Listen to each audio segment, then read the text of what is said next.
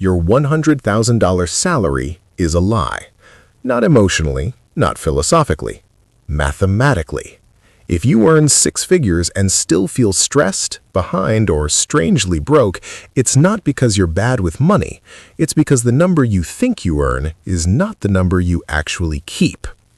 The standard advice goes like this: get a good job, aim for six figures, and everything else will fall into place. Comfort, stability, security. That advice worked 25 years ago. Today, it's mathematically wrong. And in this video, I'm going to prove exactly how a $100,000 salary quietly collapses into $42,000 once the system takes its cut through taxes, commuting, time theft, and hidden opportunity costs. This isn't about complaining. It's about finally seeing the real numbers, because the system depends on you celebrating gross income while ignoring net reality. Here's why so many people fall for this. First, status signaling. Six figures sounds elite. It signals intelligence, competence, success. You don't even need to say the job. The number does the talking for you. Second, anchoring bias. Once your brain locks on to 100K, everything else feels like a footnote. Taxes? That's normal. Commuting? That's life. Stress? That's adulthood. Third, comparison blindness. You compare yourself to people earning less, not to people who've escaped the wage system entirely. That keeps you grateful instead of curious. And finally, complexity camouflage. The system fragments costs so you never see the full picture. No single deduction feels fatal, but together they're devastating. If you feel like you did everything right and it still doesn't add up, that's not a personal failure. That's structural design. Now let's stop talking abstractly and get specific. Meet Toby. Toby earns $100,000 a year. On paper, he's winning. Friends congratulate him, family relaxes. He's officially made it. Let's see what that actually means. First, taxes. Federal income tax, state tax, Social Security, Medicare.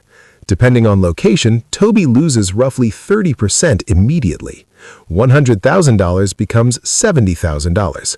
That's not a scandal. That's just the entry fee. Now, commuting. Toby works in a major city. He lives 45 minutes away because that's what's affordable. Gas or transit, $4,000 a year. Car maintenance, insurance, and depreciation, $6,000. Work clothes, meals, and professional expenses, $3,000. We're now down to $57,000.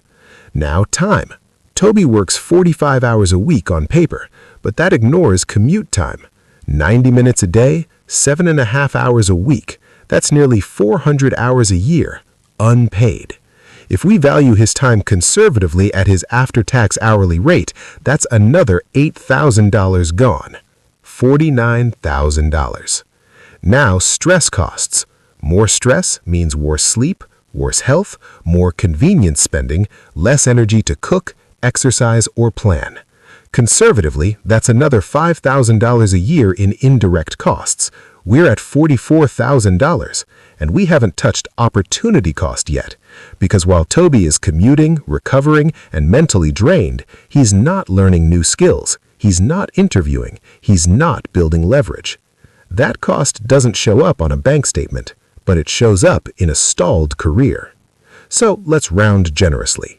Toby's $100,000 salary delivers about $42,000 of real usable value. That's the math no one celebrates on LinkedIn. Now let's compare this to Scenario A and Scenario B. Scenario A is the standard path. High gross income, high taxes, long commute, lifestyle inflation, low margin. Toby feels successful but fragile, one layoff away from panic, one rent increase away from debt.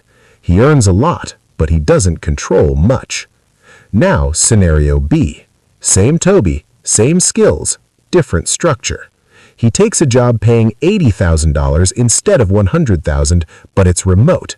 Let's run the math. Taxes still apply, but slightly lower. Take home about $58,000. No commute, no car dependency, no daily friction. That's an immediate $13,000 saved. Now time. Toby gets back 400 hours a year. He uses half of that to rest and recover, which reduces stress spending. He uses the other half to build leverage, skills, certifications, interview prep, freelance testing. Within 2 years, he jumps to $120,000 remote role. Now his take-home exceeds the original $100,000 job without the hidden drains. Scenario A kept him busy. Scenario B made him dangerous to the market. Here's the comparison in plain terms.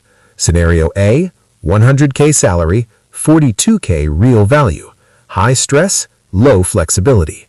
Scenario B, 80K salary to 120K, 55 plus K real value, lower stress, high optionality. The difference isn't hustle, it's structure. Now let's ground this with real-world context. Multiple studies show that long commutes correlate with lower life satisfaction, worse health outcomes, and slower career progression. Not because people are weak, but because energy is finite. At the same time, remote workers consistently report higher savings rates, higher effective hourly pay, and faster skill acquisition. Yet companies push return-to-office narratives aggressively. Why? Because commuting is unpaid labor that benefits employers. Because exhaustion reduces bargaining power. Because visibility beats productivity in outdated management systems. Now let's zoom back to Toby's life. In scenario A, Toby feels constantly behind despite earning more than most people he knows. He blames himself. He thinks he should budget harder, grind more, sacrifice longer. In scenario B, Toby regains control. He sees his finances stabilize not because he earned more gross, but because fewer people had access to his time and energy. This is the part they never want you to notice. Your salary is not just taxed in money. It's taxed in time. It's taxed in attention. It's taxed in future opportunity. And those taxes are regressive. They hit workers harder than owners. So what do you actually do once you see this? First, stop chasing gross numbers. Start calculating real value. After tax, after commute, after time loss. Second, treat time like capital. If a job pays more but consumes more time and energy, it may be paying you less. Third, design margin into your life. Margin is what turns income into safety. No margin means constant anxiety, regardless of salary. Fourth, favor flexibility over prestige. Prestige doesn't compound. Skills and optionality do. Fifth, remember this rule. If your lifestyle requires a paycheck to arrive on time every month, you are not well paid. You are tightly coupled to the system. This isn't about rejecting ambition. It's about redirecting it. Here's the entire truth in one sentence. A high salary that steals your time is just low pay wearing a nice suit. And this trap connects directly to another illusion you've been sold, the idea that buying a bigger house is always an upgrade. Because for many six-figure earners, housing costs finish the job that taxes and commuting started. That's the next trap. Because once you understand why 100K isn't what it sounds like, you'll never look at job offers the same way again. The system isn't broken. It's optimized. Just not for you.